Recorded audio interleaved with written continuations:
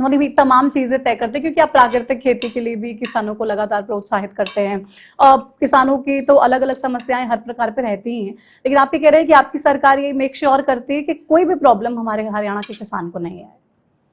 नहीं, देखिए, प्राकृतिक आपदाएं आती रहती हैं, ऐसा नहीं। हम लगातार किसानों को इस बात को लेकर के चर्चा करते रहते हैं कि आप पेस्टिसाइड और खाद का ज़्यादा इस्तेमाल ना करें, इससे हमारी भूमि भी खराब हो रही है, हमारा शरीर भी खराब हो रहा है, क्योंकि उसके अंदर बहुत ज़्यादा, अनाज के अंदर ये पेस्टिसाइड, उसका रस जाता है।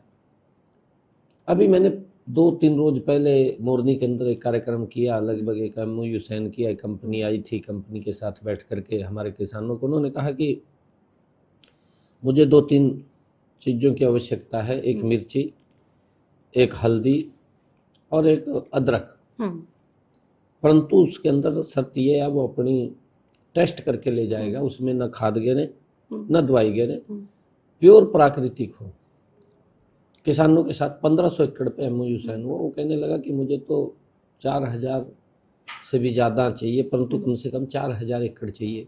तो हमने 1500 का कराया, मैं कहा और भी आपका कराएंगे, परंतु और उसने ये कहा भी मार्केट से जो भी अदरक है या हल्दी है या उसकी मिर्ची है, जो मार्केट का रेट होगा उससे 10% ज़्यादा वहीं से खरीदेंगे, खरीद करके ले जाएंगे। लाभकारी मूल्य हमारी सरकार लगातार किसानों को, और उसको कहीं जाना ना पड़े दूर तक, नहीं तो बेचने के लिए पंचकुला, चंडीगढ़, पता नहीं कहाँ कहाँ जाता है किसान, परंतु उसका वहीं पर ही मोरनी के अंदर ही उसके खेत से उठा करके वो ले जाएगा। मोरनी में एक स्थान तय कर देंगे, वहीं से वो ले जाएगा और उसको दिक्कत नहीं आएगी। ये हमारी सरकार लगातार किसानों को आगे प्रेरित करने का काम कर रही है, और इसी प्रकार हमने एक क्लस्टर भी ऑर्गेनिक बनाया प्राकृतिक खेती का। तो ये तमाम चीजें तो आप किसानों के लिए कर रहे हैं, लेकिन